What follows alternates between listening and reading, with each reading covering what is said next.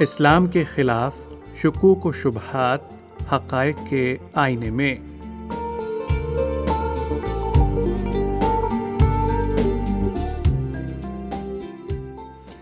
سامعین کرام، السلام علیکم ورحمۃ اللہ وبرکاتہ۔ آپ کو یہ تو معلوم ہی ہوگا کہ اس پروگرام میں اب تک کے جو پروگرام پیش کیے گئے ہیں ان میں سے بیشتر میں ایک منکر حدیث کے افکار و نظریات کا رد کیا گیا ہے۔ آج بھی میرے مقالے یا تقریر کا موضوع یہی ہوگا۔ جس منکر حدیث کے افکار و نظریات کا میں رد کر رہا ہوں اس نے صحیح بخاری اور صحیح مسلم کے مقام اور مرتبے کو گھٹانے اور ان میں درج حدیثوں کی صحت کو مشکوک بنانے کے لیے اپنی کتابوں میں یہ دعویٰ کیا ہے کہ مشہور عالم حدیث محمد ناصر الدین البانی نے ضعیف اور صحیح حدیثوں کے جو مجموعے سلسلۃ الاحادیث الضعیفہ اور سلسلۃ الاحادیث الصحیحہ کے نام سے شائع کیے ہیں ان کا مقصد دراصل صحیحین کی حدیثوں کی تصحیح ہے۔ عربی میں تصحیح کا لفظ کسی عبارت کی غلطیوں کی نشاندہی کر کے ان کو درست کرنے کے لیے بولا جاتا ہے، مگر محدثین کے ہاں تصحیح الحدیث کے معنی لغوی استعمال سے مختلف ہیں۔ ان کے نزدیک تصحیح الحدیث کے معنی ہیں حدیث کو صحیح قرار دینا یا اس پر صحت کا حکم لگانا۔ اسی طرح تضعیف الحدیث کے معنی ہیں حدیث کو ضعیف قرار دینا۔ مذکورہ جاہل کو محدثین کے ہاں اس لفظ کے محل استعمال کا پتہ نہیں تھا، اس لیے اس کے قلم سے یہ لفظ خود اس کے خلاف پڑ گیا اور اس کا مطلب یہ ہو گیا کہ البانی نے اپنے سلسلے بخاری اور مسلم کی حدیثوں کو صحیح ثابت کرنے کے لیے شائع کیے تھے، اور حقیقت بھی یہ ہے کہ وہ دوسری کتابوں میں حدیثوں پر صحیح اور ضعیف ہونے کا جو حکم لگاتے ہیں وہ اس کی دلیل میں عام طور پر صحیحین کی حدیثوں کو پیش کرتے ہیں۔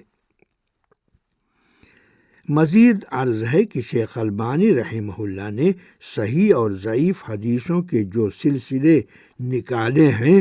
ان کا موضوع صحیحین کی حدیثوں پر تنقید نہیں ہے، بلکہ حدیث کی دوسری کتابوں میں درج یا لوگوں میں زبان زد ضعیف منکر اور موضوع حدیثوں کا ضعف نکارت اور وضع بیان کرتے ہوئے وہ صحیحین کی حدیثوں کو بطور دلیل اور نمونہ پیش کرتے ہیں۔ گویا ان کے نزدیک صحیحین میں یا ان میں سے کسی ایک میں کسی حدیث کا پایا جانا اس کی صحت کے لیے سند ہے۔ میں مذکورہ منکر حدیث کی جہالت سے پردہ اٹھانے کے لیے اسی کی کتاب سے 2 مثالیں دوں گا تاکہ آپ کو یہ معلوم رہے کہ یہ منکر حدیث بدطینت اور بدنیت ہونے کے ساتھ ساتھ علم کے یا حدیث کے علم سے کس قدر ناواقف اور جاہل ہوتے ہیں۔ نمبر 1، مذکورہ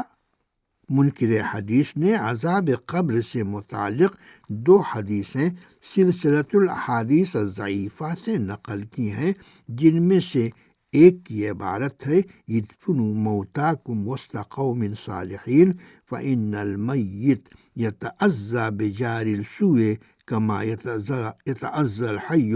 بجار السوء۔ اپنے مردوں کو صالح لوگوں کے درمیان دفن کرو، اس لیے کہ جس طرح ایک زندہ انسان برے پڑوسی سے اذیت پاتا ہے، اذیت محسوس کرتا ہے، اسی طرح ایک مردہ برے پڑوسی سے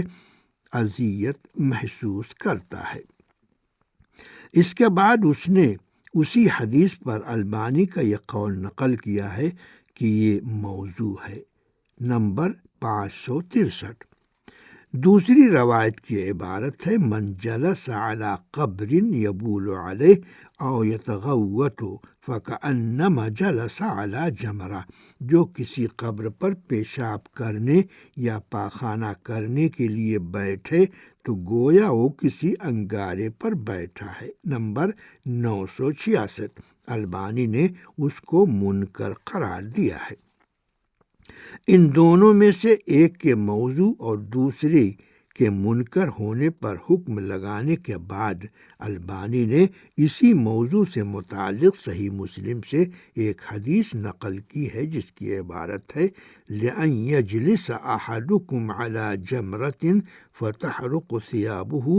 فَتَخْلُصُ إِلَى جِلْدِهِ فَخَيْرٌ لَهُ مِنْ أَن يَجْلِسَ عَلَى قَبْرٍ۔ تم میں سے کسی کا انگارے پر بیٹھنا کہ اس کے کپڑے جل جائیں اور آگ جلد تک پہنچ جائے، اس کے کسی قبر پر بیٹھنے سے بہتر ہے۔ نمبر 971، البانی نے دونوں منکر اور موضوع حدیثوں کے ساقط الاعتبار ہونے پر بطور دلیل صحیح مسلم کی حدیث نقل کی ہے تاکہ یہ دکھا سکیں کہ اگر قبر پر بیٹھنے سے متعلق دونوں زبان زد روایتیں باطل ہیں تو اس موضوع سے متعلق صحیح حدیث کن الفاظ میں آئی ہے۔ لیکن مذکورہ جاہل البانی کی عبارت سمجھنے سے قاصر رہا، اس طرح اس نے صحیح مسلم کی حدیث کی بھی تضعیف کر دی اور اس کو البانی سے منسوب کر دیا۔ اگر کوئی صحیح مسلم کی حدیث اور زبان زد دونوں روایتوں کو دیکھے تو اس کو دونوں کے انداز بیان اور اسلوب کلام کا فرق محسوس ہو جائے گا۔ پہلی روایت میں مردوں کو صالح مردوں کے درمیان دفن کرنے کی علت یہ بیان ہوئی ہے کہ زندہ انسانوں کی طرح مردے بھی برے پڑوسیوں کے قرب سے اذیت پاتے ہیں، جبکہ اس کی کوئی اصل نہیں ہے اور یہ عقیدہ بالکل بے بنیاد ہے۔ اور دوسری روایت میں قبروں پر بول و براز کی غرض سے بیٹھنے کی جو نکارت بیان ہوئی ہے وہ نکارت صحیح حدیث میں زیادہ عمدہ طریقے سے بیان ہوئی ہے۔ البانی نے دراصل صحیح حدیث نقل کر کے یہ دکھانا چاہا ہے کہ قبروں پر بیٹھنا مطلقاً حرام ہے، رہی اس کی علت تو اس کو کسی بھی صحیح حدیث میں بیان نہیں کیا گیا ہے۔ مذکورہ جاہل کو یہ بات معلوم ہی نہیں تھی، اور اگر معلوم تھی تو قاری کو دھوکہ دینے کے لیے درمیان میں صحیح مسلم کا ذکر کر دیا اور البانی کی نسبت سے اس کو بھی منکر قرار دے بیٹھا، جس سے البانی کا دامن پاک ہے۔ اس طرح اس نے اپنے دل کی بھڑاس نکال لی اور لوگوں کو یا ایسے لوگوں کو جو اس کے ہم نوا ہیں حدیث سے بیزاری کا جذبہ پیدا کر دیا، اور وہ بھی یہی راگ الاپنے لگے کہ صحیح حدیثوں میں یا حدیث کی صحیح کتابوں میں یا مشہور کتابوں میں اسی طرح کی بے بنیاد روایتیں موجود ہیں۔ اس کے بعد اس نے غیر معتبر حدیث کی کتابوں سے منکر اور باطل روایتیں نقل کر کے یہ راگ الاپا ہے کہ محدثین اور علماء اسلام عذاب قبر کو انہی باطل روایتوں سے ثابت کرتے ہیں۔ نمبر 3، مذکورہ منکر حدیث نے عذاب قبر سے متعلق 2 حدیثیں صحیح بخاری سے نقل کی ہیں، جن میں سے پہلی کا نمبر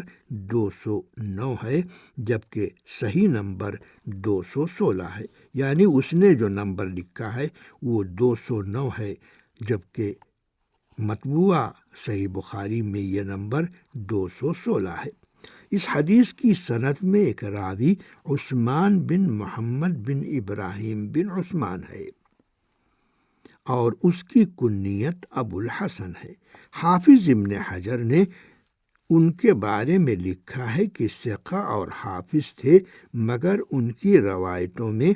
اوہام و خیالات پائے جاتے ہیں۔ ابن حجر کی عبارت کو بنیاد بنا کر مذکورہ منکر حدیث نے اس حدیث کا مذاق اڑاتے ہوئے لکھا ہے کہ تصور کرو اللہ کی کتاب کے بعد صحیح ترین حدیث کی کتاب کا مصنف ایسے شخص سے حدیث نقل کرتا ہے جو وہم میں مبتلا تھا۔ وہم جس کی جمع اوہام آتی ہے، اس کے معنی معمولی غلطی یا شک و شبہ یا خیال کے آتے ہیں، اور جب کسی راوی کی تعریف کے ضمن میں یہ کہا جائے کہ لہو اوہام، تو اس کا مطلب یہ ہوتا ہے کہ اس کی مرویات میں بعض الفاظ وہم و خیال کا نتیجہ ہیں۔ ایسا راوی مجروح نہیں ہوتا، کیونکہ وہم و خیال سے کوئی بھی انسان پاک نہیں ہے۔ صحیحین میں اگر ایسے راویوں سے حدیثیں مروی ہیں تو اولاً تو وہم و خیال سے ان کی مرویات ناقابل اعتبار نہیں ہوتی، ثانیاً ایسے راوی اپنی روایتوں میں منفرد اور تنہا نہیں ہیں۔ بئی معنی کہ اگر امام بخاری یا امام مسلم ایسی کوئی حدیث لائے بھی ہیں جس کی سند میں ایسا کوئی کمزور راوی شامل ہے، تو وہ وہی حدیث ایسی سندوں سے بھی لائے ہیں جن میں وہ راوی شامل نہیں ہے۔ مذکورہ جاہل نے اسی عذاب قبر سے متعلق بخاری سے ایک دوسری حدیث نقل کی ہے جس کی سند میں سلیمان بن مہران ہے، جس کا لقب اعمش ہے۔ امام ذہبی نے محدثین کے حوالے سے ان پر تدلیس کا حکم لگایا ہے۔ مدلس کے بارے میں جمہور محدثین کا نقطۂ نظر یہ ہے کہ ایسے راوی کی معنعن روایت ضعیف ہے، لیکن اگر یہ یقین ہو کہ اس نے جس راوی سے حدیث روایت کی ہے اس سے اس حدیث کا سماع ثابت ہے، تو پھر یہ ضعف باقی نہیں رہ جاتا۔ جو راویان حدیث ثقاحت سے معروف تھے، ان کے حق میں تدلیس بہت معمولی کمزوری اور ضعف ہے، اور محدثین کو ہر ایک کی حالت کا پتہ تھا۔ سب سے بری اور مکروہ تدلیس اور دھوکہ دہی یہ ہے کہ حدیث کی سند سے ضعیف راویوں کو حذف کر کے صرف ثقہ راویوں کو باقی رکھا جائے۔ ایسے مدلس کی کوئی بھی روایت قابل قبول نہیں ہوتی۔ امام بخاری مذکورہ دونوں حدیثیں ایسی سندوں سے بھی لائے ہیں جن میں نہ عثمان بن محمد شامل ہے اور نہ سلیمان بن مہران اعمش، مگر اس بیچارے کو اس کا کیا علم کہ بخاری ایک ہی حدیث متعدد سندوں سے لاتے ہیں، جس سے اس کا ضعف زائل ہو جاتا ہے۔ جس منکر حدیث کے افکار کا میں جائزہ لے رہا ہوں وہ بد زبان بھی ہے اور زبان دراز بھی، اور اس کی بد زبانی اور زبان درازی سے خود نبی کریم صلی اللہ علیہ وسلم کی ذات گرامی اور دوسرے رسول بھی محفوظ نہیں ہیں۔ دراصل اس کا انکار حدیث ایک پردہ، ایک ذریعہ اور ایک بہانہ ہے، ورنہ حقیقتاً وہ منکر رسالت ہے، اور وہ نبی صلی اللہ علیہ وسلم کی سیرت پاک کو داغدار بنانے کی کوشش کرتا ہے، مگر برملا اس کا اظہار اس لیے نہیں کرتا کہ ایسا کرنے کی صورت میں اس کی بات کوئی نہیں سنے گا۔ یہاں میں اسماعیل علیہ السلام کے بارے میں اس کی بد زبانی کی مثال دوں گا۔ سورہ صافات میں اللہ تعالیٰ نے ابراہیم علیہ السلام کے ابتلا و آزمائش کے سلسلے میں ان کا وہ خواب بیان کیا ہے جس میں انہوں نے اپنے آپ کو اسماعیل علیہ السلام کو ذبح کرتے ہوئے دیکھا ہے۔ اس خواب کے ذریعے دونوں باپ اور بیٹے کو جس آزمائش اور امتحان سے گزارا گیا اس کی مثال انبیاء کی تاریخ میں بھی نہیں ملتی۔ مستند تفسیر کی کتابوں میں ان آیتوں کی تفسیر کرتے ہوئے جہاں ابراہیم علیہ السلام کی استقامت اور تسلیم و رضا کو نہایت مؤثر انداز میں بیان کیا گیا ہے، وہیں اسماعیل علیہ السلام کی بے مثال کردار اور ان کے صبر و استقامت کو بھی بیان کیا گیا ہے۔ میں جس منکر حدیث کا تعاقب کر رہا ہوں اس کے بیمار ذہن اور دماغ اور دل پر اسماعیل علیہ السلام کی تعریف بہت شاق گزری ہے۔ اس نے قرآن پاک میں مذکور ان کے قول یا ابت افعل ما تؤمر ستجدنی انشاء اللہ من الصابرین، اے ابا جان آپ کو جو حکم دیا جا رہا ہے کر گزریے، انشاءاللہ آپ مجھے صبر کرنے والوں میں پائیں گے۔ اس قول کی قیمت گھٹاتے ہوئے لکھتا ہے کہ انہوں نے یہ بات تو کہہ دی مگر جھکے نہیں اور اپنی گردن باپ کے سامنے نہیں کی، تو یہ ابراہیم تھے جنہوں نے ان کو پیشانی کے بل ڈال دیا۔ اس کی یہ مختصر عبارت اس کی بے حسی، قساوت قلبی اور گندی ذہنیت کی عکاسی کرتی ہے۔ اس کی مذمت کے لیے الفاظ نہیں ہیں۔ غور فرمائیے کہ ایک کمسن بچہ جو بلوغت کو نہیں پہنچا ہے اپنے عظیم باپ کا خواب سنتا ہے تو وہ فوراً اس کی تہہ تک پہنچ جاتا ہے اور اسے یہ معلوم ہو جاتا ہے کہ باپ سے جو قربانی مطلوب ہے وہ خود وہی ہے، مگر اس کے باوجود باپ سے عرض کرتا ہے کہ آپ کو جو حکم دیا جا رہا ہے اس کو بلا تردد نافذ کر دیجئے اور اس حکم کی فوراً تعمیل کیجئے، انشاءاللہ آپ مجھے صبر کرنے والوں میں پائیں گے۔ اور خود اللہ تعالیٰ اس کے اس طرز عمل کی تعریف کرتے ہوئے فرماتا ہے وَاذْكُرْ فِي الْكِتَابِ اسماعیل إِنَّهُ كَانَ صَادِقَ الْوَعْدِ وَكَانَ رَسُولًا نَبِيًّا، اور کتاب میں اسماعیل کو یاد کرو، در حقیقت وہ وعدے کا سچا اور رسول نبی تھا۔ سورہ مریم آیت 54۔ مگر ایک منکر حدیث اس میں یہ عیب نکالتا ہے کہ اس نے خواب کی تعبیر تو بتا دی مگر زمین پر پیشانی کے بل لیٹا نہیں اور اپنی گردن نہیں جھکائی۔ اس نے صرف اسی پر اکتفا نہیں کیا ہے بلکہ مفسرین پر الزام لگایا ہے کہ وہ قرآن سے سیراب نہیں ہوئے ہیں اور ابراہیم علیہ السلام کی قربانی، ایثار اور صبر کا حق ادا نہیں کیا ہے۔ آخر کون ایسا مفسر گزرا ہے جس نے ابراہیم علیہ السلام کی آزمائش کو نظر انداز کیا ہو؟ لیکن اللہ تعالیٰ نے باپ اور بیٹے دونوں کی قربانیوں اور آزمائشوں کو جس مؤثر انداز میں بیان کر کے اپنے صابر و شاکر بندوں کی تعریف کی ہے، مفسرین نے ان میں سے کسی کے مقام و مرتبے کو گھٹایا نہیں ہے، ہر ایک کا مقام و مرتبہ بیان کر دیا ہے، مگر منکر حدیث جو محدثین اور راویان حدیث کو ملحد و زندیق سے تعبیر کرتے ہیں خود بصارت و بصیرت سے اس قدر محروم ہیں اور جمال بیان قرآنی سے اتنے ناواقف ہیں کہ اسے وہ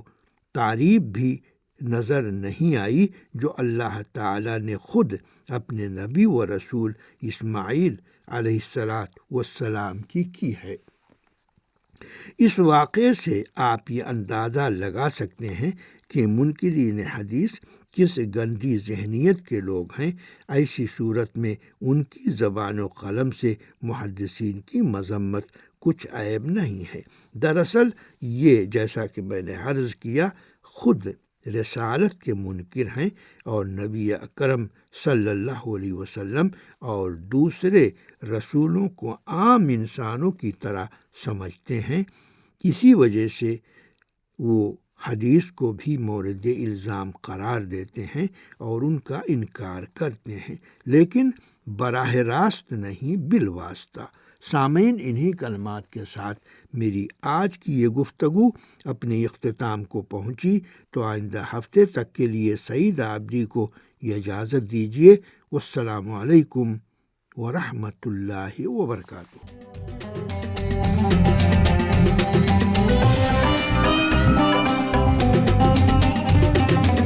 سعودی عالمی اردو نشریات